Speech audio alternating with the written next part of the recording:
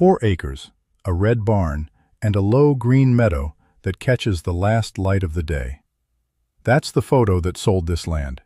You will see exactly what it left out. 1 year later, same fence line.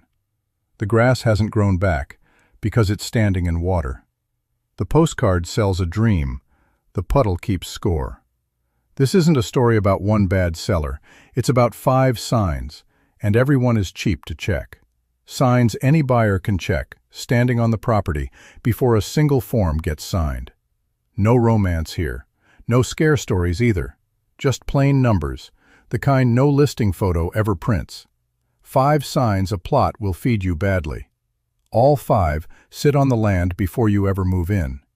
You'll see standing water, stolen sunlight, the wrong weeds, a missing fence, and 1 pump with no backup. Each one is cheap to spot. Every one is expensive to ignore. We'll walk each one in its own chapter, with the history that already paid for the lesson. The land keeps an honest ledger, whether you're watching or not. Keep an eye on that puddle by the fence, and on the long shadow the neighbor's barn throws across the garden bed. Both were in the listing photo.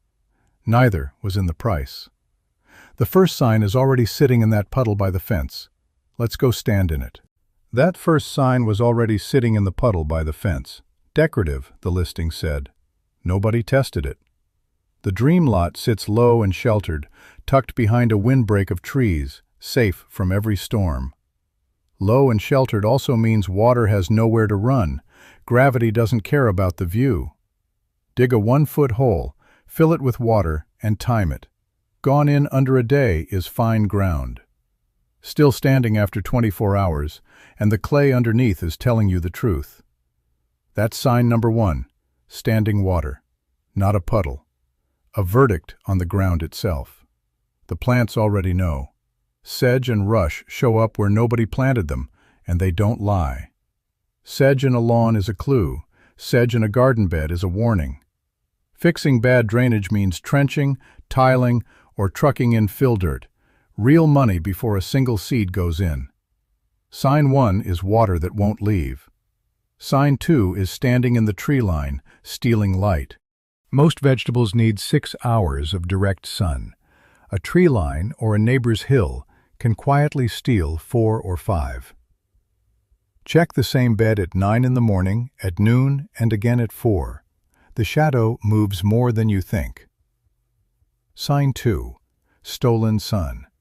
A garden bed in shadow by noon will not feed a family through summer. You can't trim a neighbor's hill. Plant around the light it leaves you. In 1862, the Homestead Act handed out land free to anyone willing to work it. It never promised the parcel would drain, or that the trees on it wouldn't shade the only flat ground for a garden. The paperwork granted the acres. The water and the sunlight still had to be earned by walking the land first. The same rule holds today. Walk the land after rain, and walk it again at noon in the growing months. Do both before any money changes hands, and 2 of the 5 signs will already be answered. The puddle hasn't moved in 8 days, and the second sign is still standing in that tree line, stealing light nobody priced into the sale. Stolen sun was sign number 2. The third sign doesn't hide in shade. It grows right out in the open, in plain green. Picture it. Turned earth in April, tomatoes lean heavy on the vine by summer. That's the postcard. The ledger says any patch of dirt does not grow a harvest. The dirt has to earn that first. Worked right, this dirt fills a root cellar. Worked wrong, it fills nothing your first year. Building real soil from raw ground takes a full season of compost, cover crop, and patience most beginners skip.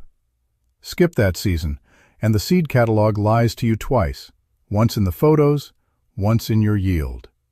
So, before the seed catalog, stop, read what's already growing in this dirt.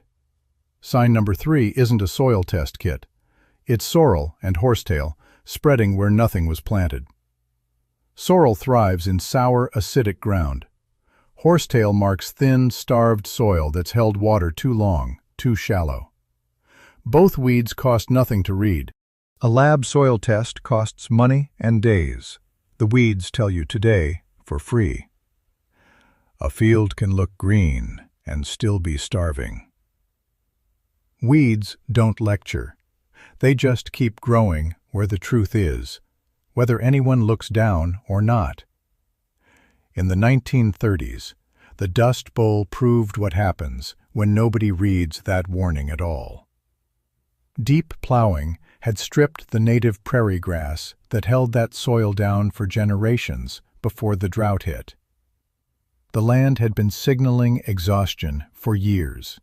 The dust just made it impossible to ignore.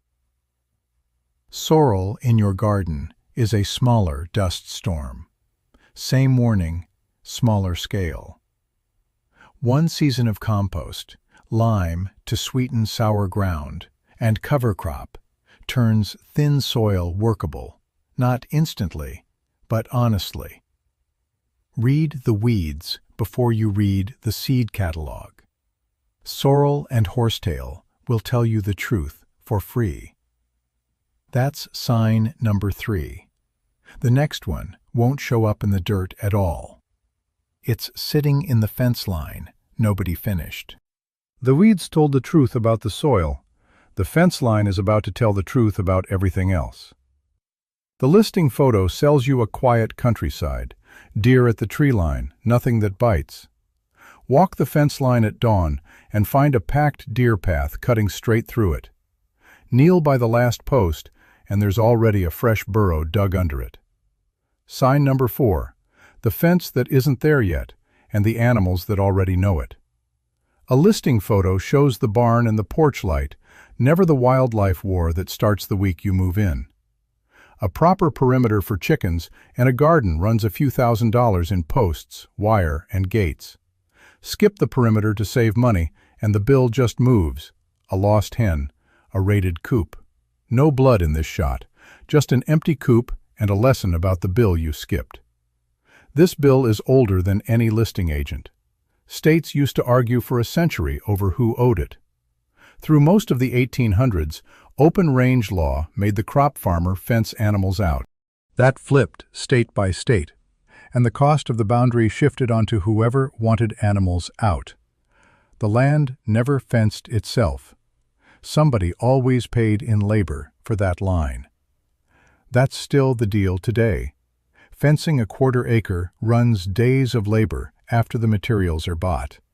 Check the fence budget before the fence against what's actually walking the tree line. Tracks in the dirt are the cheapest inspection you'll ever run. A finished perimeter isn't a gift, it's a bill paid in cash or paid in calluses. So walk the boundary before you buy. Half-set posts and fresh tracks both mean the same unpaid bill. 4 of the 5 signs are on the table. The last one shows up the day the well pump breaks. 4 signs are on the table. The 5th waits for the well pump, but first, the pantry that fills itself. The postcard says the harvest just appears, a shelf of glowing jars, gathered by hand in an afternoon. That rack needs 90 minutes at a rolling boil. Pull it early and you're gambling with dinner. That difference is a thermometer and a tested recipe, not a grandmother's memory. Beans need a pressure canner, not a water bath. Botulism doesn't announce itself with a smell. A swollen lid or a hiss when you open it means the jar goes in the trash, not on the shelf. No exceptions. Take a breath. Most jars are fine.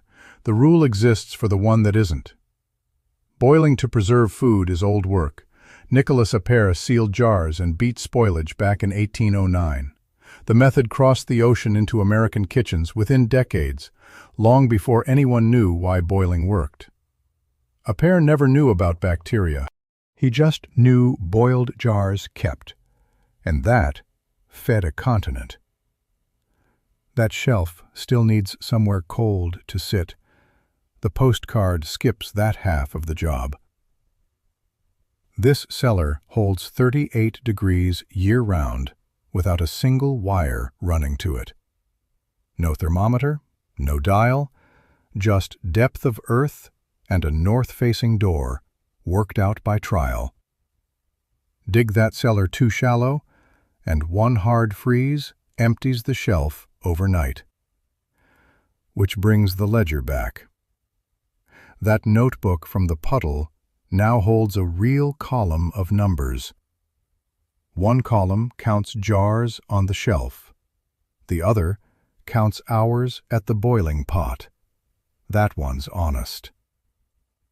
Add the jars, the lids, the propane. A full pantry isn't free. It's just paid for differently. That ledger balances jars against hours. Next page, the one pump this whole land leans on. The notebook has a real column of numbers now. The next page is about to show what happens when the only pump on the land finally fails. Picture it the way the listing does. One well, one pump, water forever, no second thought required. One motor, one pipe, zero backups, and nobody photographs the breaker box that proves it. A submersible well pump draws power every time a faucet, a trough, or a toilet asks for water. Cut the power for 2 days, and that faucet is a decoration, same as a bucket with a hole in it. No grid, no generator, no water. That is the whole chain, and it has exactly one weak link. A backup line, solar, or a sized fuel generator, runs roughly $2,000 to $6,000 installed.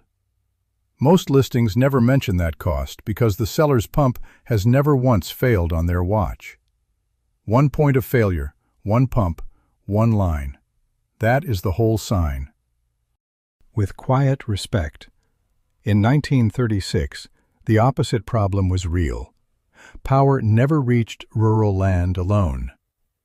Before that act, private utilities skipped isolated farms, too few customers per mile of wire to bother. Federal loans changed that math, stringing wire to farms that would never have penciled out for a private company. Going off-grid now runs that same math backward, paying to leave the wire someone brought you. A gravity-fed cistern or a second shallow well costs less than solar, but it demands space nobody reserves on paper. Ask the seller a plain question. What runs this place when the pump motor burns out in July? No answer to that question is itself the answer. Fifth sign, closing the list the puddle opened. No second independent water or power source. It is the quietest of the five, the one that never shows up on a showing day, because the pump is always working when strangers visit. All 5 signs are named out loud now. What's left is what they cost, in dollars, once you're already living with them. All 5 signs are on the table now. But the question nobody's listing photo answers honestly is money. The dream says the land pays for itself. Grow your food, sell the extra, let the acreage carry you. Open the ledger. Year 1 rarely pays for itself. Expect $10,000 to $40,000 before any profit. Fencing, a well repair, feed, seed, and the truck that hauls it all. The costs land before the harvest does. Meanwhile, the income side moves slow. Eggs, a few vegetable boxes, maybe honey, that's grocery money, not a mortgage payment. A homestead rarely pays a full-time wage in year 1. Most years, it doesn't pay one at all. That gap between what leaves the account and what comes back is why most people who move for this life don't stay in it. Most leave within about 5 years. Not from laziness, from a budget nobody sat them down and explained. It's not a morality tale, it's arithmetic. This isn't new. In the 1970s, a wave of city families bought cheap rural land, chasing exactly this dream. The Back to the Land movement drew hundreds of thousands off the grid. Most without a plan for income once the savings ran dry. By the early 80s, a large share of those homesteads had been sold or abandoned. The land didn't fail them. The budget did. Same math, different decade. The fence from before this chapter comes back here, the same rails, now with a cost attached. A predator got through in one night. The repair costs about $200 in lumber and a full day of labor. The hands that built the fence now pay to defend it. Everything you build out here sends you a second bill. Add up the fence, the well, the feed, the slow trickle of egg money, and the ledger tells you the truth, a listing never will. That's the money question, and most listings never answer it. Next, all 5 signs come back to the table, puddle and all. 5 signs, 1 bill. Now here they are, side by side, out loud, before you sign anything. Sign 1. Water that won't leave the low ground within a day of rain. Sign 2. A tree line or a hill that steals 4 or 5 hours of noon sun from the beds. Sign 3. Sorrel and horsetail thicken the dirt before the seed catalog ever opens. Sign 4. A property line with no fence, or half a fence, and tracks already worn into it. Sign 5. 1 well, 1 pump, no second source, and no plan for the day it fails. 5 signs. No mystery left in any of them. That puddle from the listing photo, the one that looked like decoration, is still right there on this map.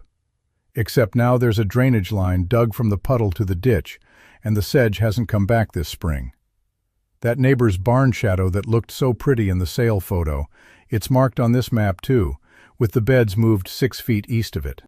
The hands that set those fence rails back in early autumn are the same hands on this map now, calluses a little deeper. That fence held through the whole winter. Repair bill paid once, not every month after a predator got through it. And the well that once had no backup now has a solar pump wired in beside it, quietly waiting its turn. That's what the honest ledger looks like in the end. Not a book of complaints. 5 fixes already dug, wired, and nailed in. The land keeps an honest ledger, whether you're watching or not. Which of these 5 signs would you have missed on a showing day? Tell us below.